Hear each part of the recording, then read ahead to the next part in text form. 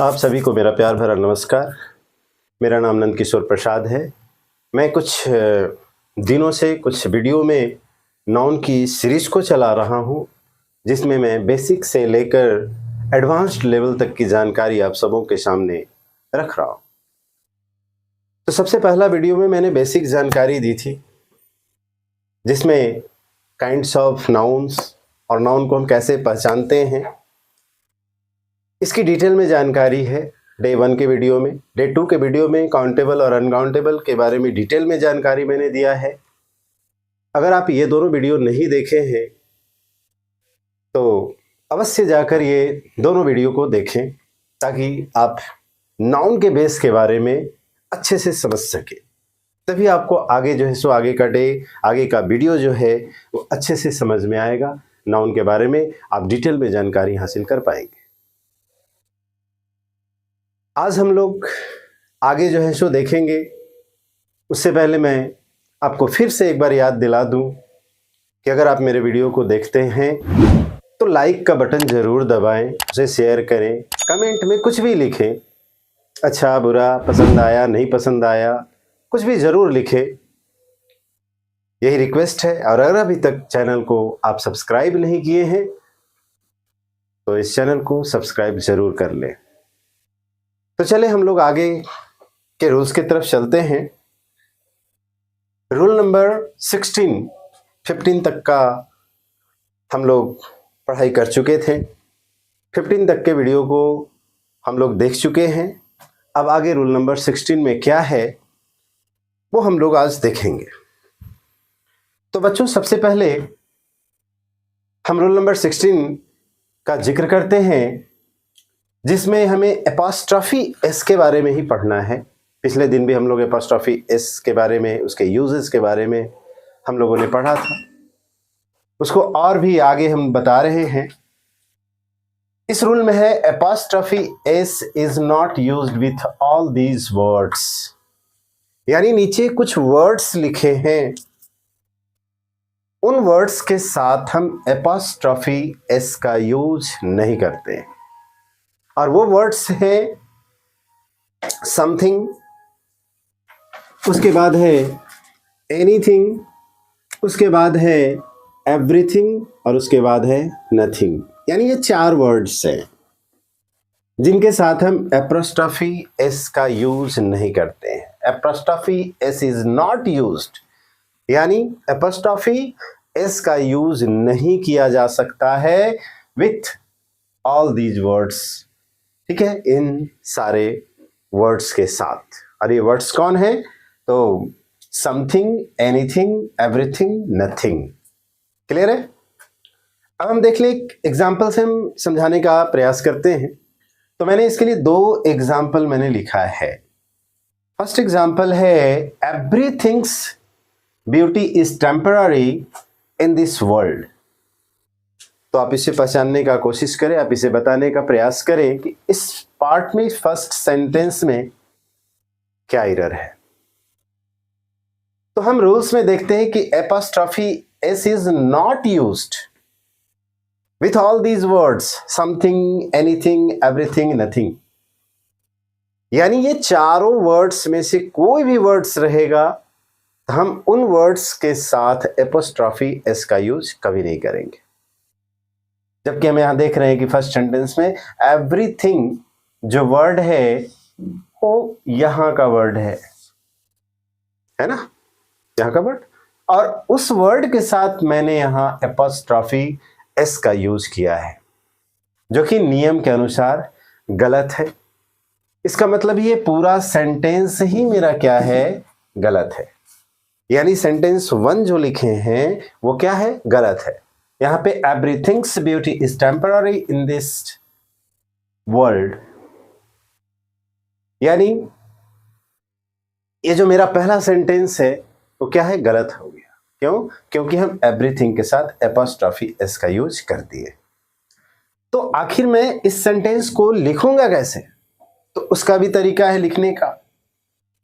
तो फिर हम इसको लिखेंगे, ब्यूटी को पहले करेंगे, एवरीथिंग को लास्ट में करेंगे। इसका जिक्र हम पिछले के वीडियो में भी किए थे। फिर से हम एज ए रिवीजन मैं यहां करा रहा हूं। तो इसे हम लिखेंगे द ब्यूटी ऑफ एवरीथिंग, यानी प्रत्येक चीज की सुंदरता इज टेम्पररी, जो कि है क्षणिक है, वो परमानेंट नहीं है, टेम्पररी है। इन दिस वर्ल्ड, इस पूरे विश्व में, यानी इस विश्व में किसी भी चीज की सुंदरता हमेशा हमेशा के लिए नहीं है। ठीक है, तो this the beauty of everything, तो इसे लिखने का तरीका ये हो गया, यानी हम यहाँ पे एवरीथिंग के साथ एपोस्ट्रॉफी एस का यूज नहीं करेंगे, और अगर हमें उसे लिखना है तो हम इस तरह से लिखेंगे the beauty of everything is temporary in this world. Clear है? तो अब ये रूल जो है कंप्लीट हो गया। उम्मीद है आपको समझ में भी आ गया होगा। दिक्कत होगी तो आप हमें बताएंगे कमेंट में लिखकर। अब रूल नंबर 17 को देखते हैं। रूल नंबर 17 में क्या है? यूजेस ऑफ एपोस्ट्रॉफी, यानी एपोस्ट्रॉफी का यूज, सिर्फ इसमें एस नहीं लगाना है, सिर्फ एपोस्ट्रॉफी का यूज करना है। तो हमने यहां पे लिखा है रूल में कि apostrophe is used with plural nouns, यानी एपोस्ट्रॉफी का यूज प्लूरल नाउन्स के साथ भी होता है। ऐसे तो सिंगुलर के साथ हम करते ही हैं, उसको मैंने बतलाया ही पिछले वीडियो में, पिछले रूल में मैंने बतलाया है कि एपोस्ट्रॉफी एस का यूज हम सिंगुलर नाउन के साथ करते हैं। जैसे बॉय, तो उसे हम बॉयज लिखते हैं। कैसे लिखते हैं? बॉयज, इस तरह से बॉयज लिखते हैं ना, BOY, और यहाँ पे एपोस्ट्रॉफी एस। तो बॉय सिंगुलर था, इसके साथ हम एपोस्ट्रॉफी एस का यूज किए हैं। लेकिन यहाँ पे प्लूरल नाउन की बात हो रही है कि एपोस्ट्रॉफी का सिर्फ यूज करना है, एपोस्ट्रॉफी एस का नहीं। ये ध्यान रखना है कि apostrophe is used with plural nouns ending in S oblique ES। ये ऑब्लिक का साइन है, ऑब्लिक का मतलब तिरछी लाइन। तो यहां पे हम वैसे प्लूरल नाउन के साथ एपोस्ट्रॉफी का यूज करेंगे जिस प्लूरल नाउन के अंत में एस या ES का यूज हो। ठीक है, तो अब देखते हैं। फर्स्ट जो वर्ड है वो बॉयज है। फर्स्ट जो वर्ड है वो क्या है? बॉयज है। तो यहां बॉयज क्या है? प्लूरल नाउन है ना। अब इस प्लूरल नाउन के अंत में एस लगा हुआ है, लिखा हुआ है plural nouns ending in S oblique ES। तो यहां पे मेरा प्लूरल नाउन जो है बॉयज है और उसके अंत में एस लगा हुआ है, तो हम यहाँ पे एपोस्ट्रॉफी देंगे। एपोस्ट्रॉफी देकर आगे का वर्ड लिखेंगे। तो बॉयज स्कूल, क्या लिखे हम? बॉयज स्कूल, यानी ये लिखना मेरा बिल्कुल सही है। ऐसा हम लिख सकते हैं। लड़कों का, बॉयज स्कूल मतलब लड़कों का विद्यालय। ठीक है, अब यहां पे सेकेंड वर्ड जो लिखे हैं, यहां पे बॉयज, ये प्लूरल नाउन हो गया बॉयज। अब यहां पे हम एपोस्ट्रॉफी एस दे दिए हैं, तो क्या ये सही होगा? बिल्कुल सही नहीं होगा। ये जो है वो बिल्कुल गलत होगा, क्योंकि हम अगर किसी नाउन के अंत में एस लगा हुआ है या ES लगा हुआ है तो वहां पे हम सिर्फ एपोस्ट्रॉफी देते हैं, एपोस्ट्रॉफी, फिर एस का यूज नहीं करते, दोबारा एस नहीं लिखते। ठीक है, तो यहां पे ये गलत है, क्योंकि बॉय में एस लगा हुआ है, बॉयज है, ये प्लूरल नाउन है। तो यहाँ पे अगर हम इसे एपोस्ट्रॉफी देंगे तो मेरा मकसद वहाँ पे एपोस्ट्रॉफी एस लिखने का पूरा हो जाता है। एस लिखने की ज़रूरत नहीं होती है, सिर्फ मेरा एपोस्ट्रॉफी से काम चल जाता है, जैसा कि हमने पहले यहाँ लिखा है। ठीक है, ऐसे भी हम नहीं लिख सकते। यहाँ पे भी देखें, बॉयज स्कूल, ये भी गलत है, ये भी गलत है। बॉयज स्कूल, इसका क्या कहने का मतलब, यानी जो भी ये लिखा वो लिख रहा है कि बॉयज स्कूल, इसका मतलब क्या? किसी एक लड़के का विद्यालय। किसी एक लड़के का तो विद्यालय होता नहीं है। अगर यहाँ पे हम लिखते ए बॉयज स्कूल, जैसे हमने यहाँ लिखा नीचे ए बॉयज स्कूल, यानी एक लड़के का विद्यालय, तब ये सही है। ये सेंटेंस, यह जो वर्ड्स है ये सही है, लेकिन ये गलत है। यहाँ पे ऐसे हम नहीं लिख सकते। ठीक है, हम क्या लिखेंगे, ए बॉयज स्कूल। अगर एक लड़के को हमको दर्शाना हो और उसमें एपोस्ट्रोफी एस का यूज करना हो तो ए लिखकर यहाँ पे हम ए बॉयज स्कूल लिख सकते हैं। कुछ ऐसे भी वर्ड्स हैं जिसमें हम एस या एस नहीं लगाते हैं, वो दूसरे ढंग से प्लूरल बनता है। जैसे मैन है तो मैन है तो मैन का प्लूरल क्या होगा, मेन होगा ना। तो अब इसमें अगर एपोस्ट्रोफी एस का यूज करना होगा तब हम कैसे करेंगे, तो इसमें ऐसे करेंगे। ठीक है, इसको हम नाउन मानेंगे, प्लूरल नाउन मानेंगे, और चूंकि इसके अंत में एस या एस का यूज नहीं हुआ है इसलिए हम यहाँ पे एपोस्ट्रोफी एस का यूज करेंगे। तो हम इसे मेंस प्रॉब्लम लिख सकते हैं क्या, ये बिल्कुल सही है ना। ये जो है बिल्कुल सही है, मेंस प्रॉब्लम। यहाँ पे एपोस्ट्रोफी एस का यूज किए क्योंकि नाउन प्लूरल है, और यहाँ पे हम लिखे हैं कि वैसे प्लूरल नाउन जिसके अंत में एस या एस रहे। तो ऐसा भी तो कुछ नाउन होगा जो प्लूरल होगा और उसमें एस या एस नहीं लगा हुआ रहेगा। तो इसलिए मैंने ये एग्जाम्पल दिया कि मेन अगर रहेगा तो वहां पे ऐसा नहीं कि हम सिर्फ ये जान लें कि प्लूरल नाउन होगा तो हम उसमें जो है सो एपोस्ट्रोफी देकर उसका काम करेंगे। ठीक है, उसके अंत में एस या एस भी होना चाहिए। तो मेन है तो मेन के अंत में एन है, न कि एस या एस है, इसलिए हम वहां पे एपोस्ट्रोफी एस देकर वो एपोस्ट्रोफी वाला काम करेंगे। क्लियर है, उम्मीद है समझ में आ गया होगा। अब आगे चलते हैं, रूल नंबर 18। यहां भी ये भी एपोस्ट्रोफी का है जिसको मैंने बताना जरूरी समझा। ये रूल जो है सो हिसिंग वर्ड से रिलेटेड है। हिसिंग वर्ड क्या होता है भाई, कि उस वर्ड को बोलने में हिस की आवाज आती है, सीटी की आवाज आती है लास्ट में, इस तरह से। जैसे हम एग्जांपल दिए कालिदास, आ रहा है ना, तो इस तरह की आवाज अगर आती है तो उस वर्ड को हम हिसिंग वर्ड बोलते हैं, और उस हिसिंग वर्ड में भी जो है सो हम एपोस्ट्रोफी का यूज करते हैं, न कि एपोस्ट्रोफी एस का यूज करते हैं। ठीक है, तो apostrophe can also be used with words with hissing sound. तो जाहिर सी बात है कि ऐसे जो भी वर्ड हैं जिससे हिसिंग साउंड आएगा उसके अंत में एस रहेगा ही रहेगा, तब ना बोल रहे हैं, स का उच्चारण हो रहा है ना, हिसिंग। ठीक है, तो यहां पे एस है इसलिए यहां पे एपोस्ट्रोफी एस देने की जरूरत नहीं है। यहां पे कालिदास पोएम्स हम लिख सकते हैं। ठीक है, तो यहाँ पे ये चीज मेरा सही है और ये गलत है, क्योंकि हम इसमें ये नाउन है, यहाँ पे सिंगुलर प्लूरल की तो बात है नहीं। ऐसा तो नहीं किसके अंत में लगा हुआ है, कालिदास के अंत में एस लगा हुआ है तो हम इसको प्लूरल बोल दे, ये प्लूरल नाउन है। प्लूरल नाउन तो नहीं है, कालिदास किसी व्यक्ति का नाम है, एक लेखक का नाम है।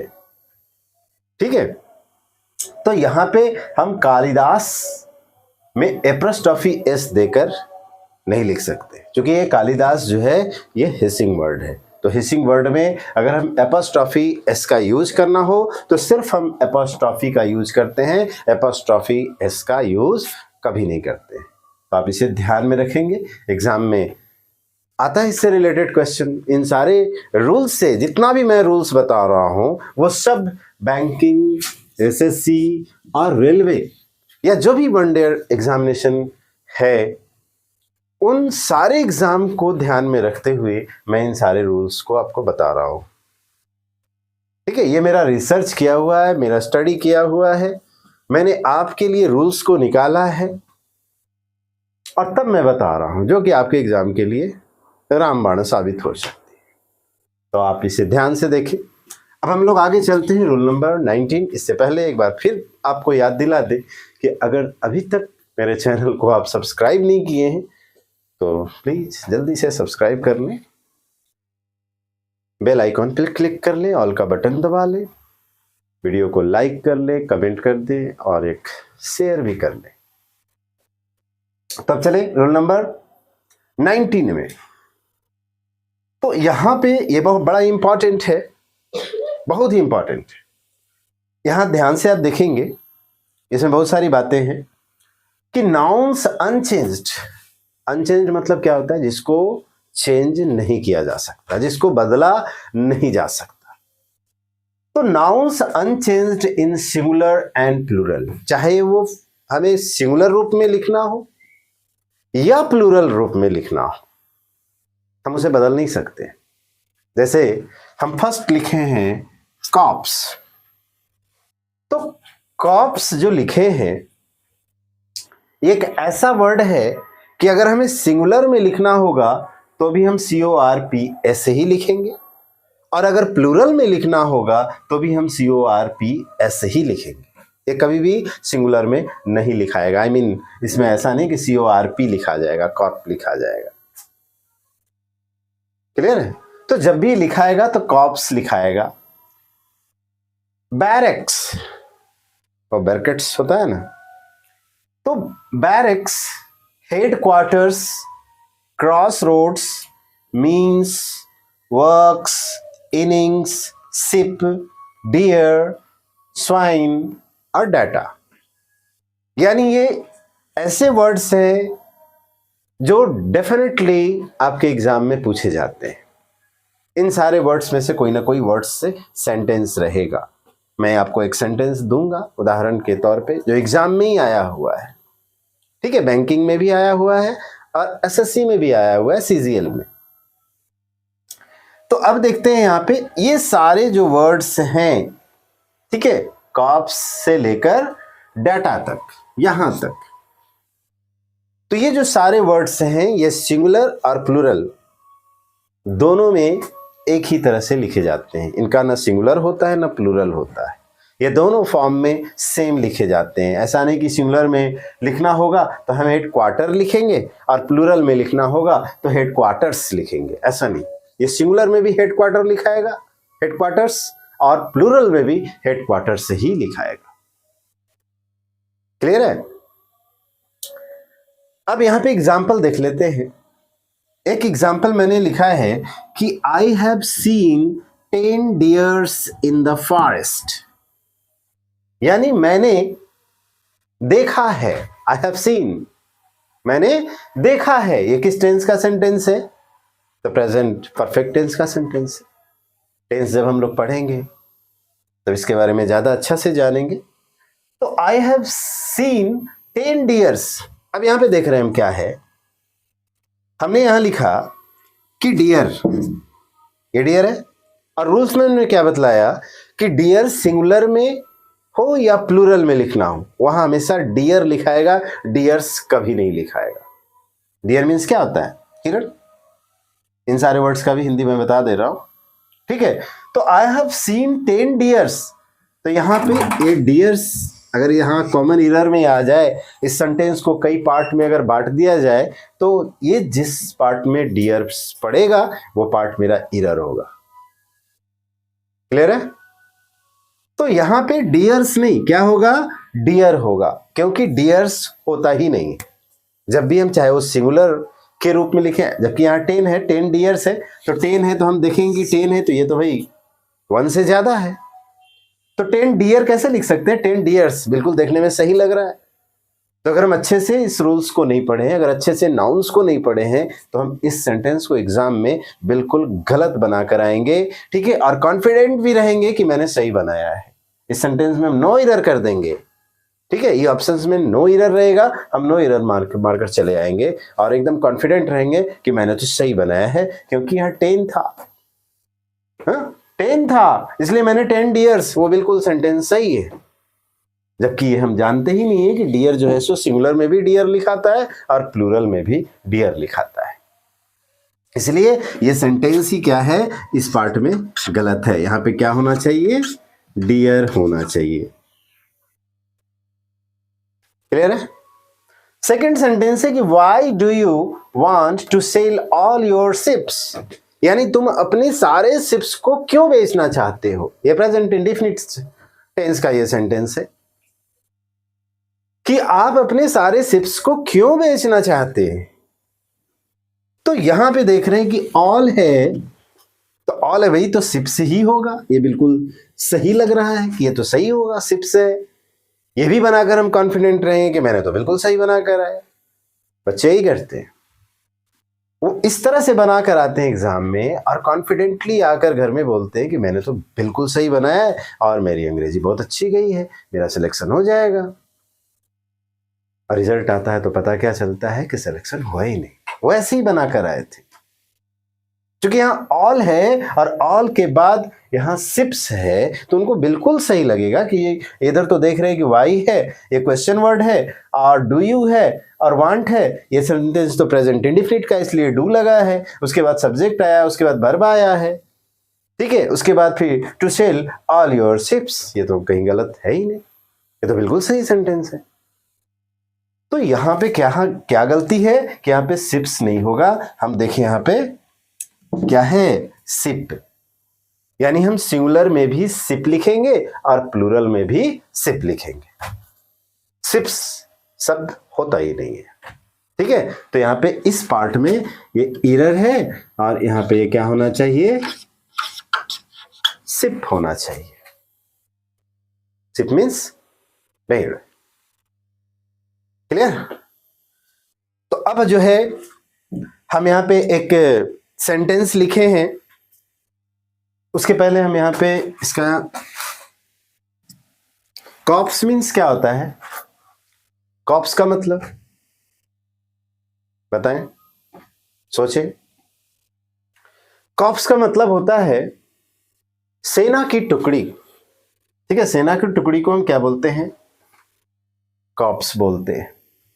उसी तरह से बैरक्स, बैरक्स मीन्स क्या होता है, रहने की जगह। हेडक्वार्टर्स, हेडक्वार्टर्स मतलब मुख्यालय, ठीक है। Cross roads, cross roads means क्या होता है, चौराहा, ऐसा रोड होता है ना, ऐसा रोड होता है, इधर से भी रास्ता, इधर से भी रास्ता, इधर से भी रास्ता, इधर से भी रास्ता, ठीक है, इसको हम क्या बोलते हैं, चौराहा, यानी चार राह वाला, चार राह है ना, 1 2 3 4, तो जहां से चार राह निकलते हैं उसको हम चौराहा बोलते हैं या फिर क्रॉस रोड्स बोलते हैं। Means works, innings, sheep, deer, swine और डाटा, ये आप जानते हैं, सिंपल वर्ड है, क्लियर है। अब यहाँ पे एक मैंने एग्जाम्पल दिया है जो कि बैंकिंग और एसएससी के एग्जाम में पूछा गया है। डू यू नो, एक पार्ट यहां बांट दिया गया इसको, उसके बाद that there is only one police, फिर इसके बाद यहां पे एक पार्ट बांट दिया गया, barracks near by church gate, फिर यहां एक पार्ट बांट दिया गया, इन मुंबई, और फिर यहां पे एक पार्ट बांट कर उधर नो एरर लिख दिया जाएगा। यानी 5 पार्ट में इस सेंटेंस को बांट दिया गया, ABCDE करके। अब आपको बताना है कि इसमें से किस पार्ट में एरर है। तो अब ध्यान से देखते हैं कि डू यू नो, इसमें कहीं एरर नहीं दिख रहा है। That there is only one police, ध्यान देंगे यहाँ पे क्या वर्ड है, वन पुलिस, ठीक है। बैरक्स, बैरक्स यहां पे हम लिखें तो बैरक्स होता है BARRACKS, ये हमेशा बैरक्स ही लिखाएगा, बैरक लिखाएगा नहीं, तो यहाँ पे बैरक्स लिखा हुआ है, ठीक है, इसका मतलब इसमें भी एरर नहीं है। नियर बाई चर्च गेट, इसमें तो कोई एरर है ही नहीं, near by church gate, church gate के नजदीक। इन मुंबई, मुंबई में, यानी इस सेंटेंस को देखने से ये पता चलता है कि इसमें कोई एरर नहीं है, ठीक है। क्यों? क्योंकि हम जान रहे हैं कि बैरक्स होता है। लेकिन अगर ऐसा स्टूडेंट जो इस रूल के बारे में नहीं जानते हैं, वो क्या देखेंगे कि यहाँ पे वन है, वन पुलिस बैरक्स, बैरक्स कैसे होगा, ये लग रहा है इसी पार्ट में एरर है। तो खट से जो है सो इस पार्ट को चूज कर लेंगे और अपने आंसर शीट में उसको सबमिट कर देंगे, क्लियर है। तो यहां पे बैरक्स, बैरक तो होता ही नहीं, जब भी होगा क्या होगा, बैरक्स होगा। तो यहां पे 1 रहे या 2 रहे या 10 रहे, कुछ भी रहे, यहां पे क्या होगा, बैरक्स ही होगा। क्योंकि अगर 1 है तो यहाँ पे सिंगुलर की बात कर रहे हैं, तो सिंगुलर में भी हम बैरक्स लिखेंगे, और अगर 2 या 10 लिख रहे हैं तो प्लूरल हो जाता है, तो प्लूरल में भी हम बैरक्स ही लिखेंगे, क्लियर है। तो यानी इस रूल को अगर हम जानेंगे, ये सारे वर्ड्स अगर मेरे माइंड में रहेंगे, ठीक है, तो इस रूल से रिलेटेड जो क्वेश्चंस आएंगे एग्जाम में, उसमें गलत होने का चांस बिल्कुल नहीं रहेगा। ठीक है, तो उम्मीद है कि आज का ये चारों पांच जितना भी रूल्स था आपको अच्छे से समझ में आ गया होगा। ठीक है, आप इन सारे रूल्स का रिवीजन बार बार करेंगे, इस पे बार बार आप अभ्यास करेंगे, ताकि ये सारी चीज़ें आपके माइंड्स में हमेशा बनी रहे और आप एग्ज़ाम में 100% परफॉर्म कर कर आए और आपका रिजल्ट भी हो और आपका भविष्य सुनहरा हो। धन्यवाद।